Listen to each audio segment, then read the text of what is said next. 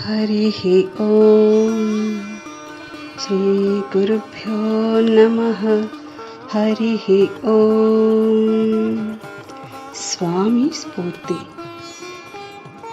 స్వామివారి బోధల నుండి స్వామివారు ఇచ్చిన స్ఫూర్తితో మనం ముఖ్యంగా తెలుసుకొని ఆచరించవలసిన అంశాలను అయం మే హస్తో భగవాన్ అయం మే భగవత్తరః అనే స్వామివారి బోధ నుండి తెలుసుకుందాం. ప్రశ్న: పూజలు అంటే భక్తి ఎక్కడ ఆపాలి? ఈశ్వర దర్శనం ఎలా గుర్తించాలి? సమాధానం: మనం ఎన్నో నేర్చుకుంటూ ఉంటాం. విష్ణు సహస్రనామాలు, లలితా సహస్రనామాలు, రుద్రం మొదలైనవి అనేక వ్రతాలు, పూజలు చేస్తూ ఉంటాం. వాటిని క్రతువులు అంటాం. వీటి వల్ల ఫలితం ఏంటి అని మనం తెలుసుకోవాలి. లౌకికమైన కోరికల కోసమో పుణ్యం కోసమో చేస్తుంటాం. శ్రద్ధగా మనం నేర్చుకున్న ఈ విద్యను మోక్షానికి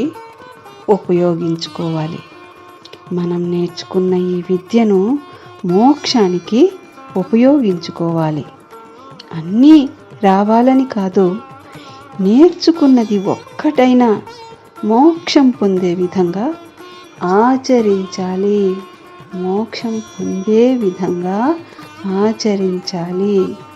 ఈ క్రతువుల వలన ఆయనకు అంటే ఈశ్వరునకు నాకు భేదం లేదన్న స్థితికి రావాలి. స్వామివారు చెప్పిన ఉదాహరణ: పాలను తోడేయాలి, కదపకుండా ఉంచితే పెరుగవుతుంది. పెరుగును మజ్జిగ చిలకాలి. ఎంతవరకు చిలకాలి? వెన్న కనబడే వరకు. వెన్న కనబడగానే ఆపేయాలి. అలానే భక్తి కూడా. భగవంతుణ్ణి వెంబడిస్తే నీ హృదయంలో ఈశ్వరుడు గాని గురువు గాని స్ఫురింపజేస్తారు. అదే ఈశ్వర సాక్షాత్కారం. మరి ఈశ్వరుని ఏమడగాలి? లౌకికమైనవి అడిగేటట్లు చేస్తుంది మాయ. భక్తి ఆపాలి. భక్తి జ్ఞానంగా మారాలి. భక్తి కవ్వం చిలకటం, మనస్సుతో మథనం, వెన్న కనబడటం ఈశ్వర దర్శనం. కోరికలు రంగుల రాట్నం లాంటివి, మరల జన్మకు దారి.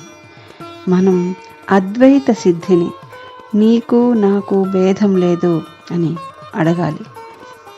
సర్వం బ్రహ్మమయం అని తెలియాలి అంటే హంసతత్వం తెలియాలి. హంసతత్వం తెలిసినవాడే ముక్తుడవుతాడు. మనం చేసే రుద్రపారాయణం గురువు ద్వారా హంసతత్వాన్ని ఉపదేశం పొందేలా చేస్తుంది. హరిః ఓం. శ్రీ గురుభ్యో నమః. హరిః ఓం.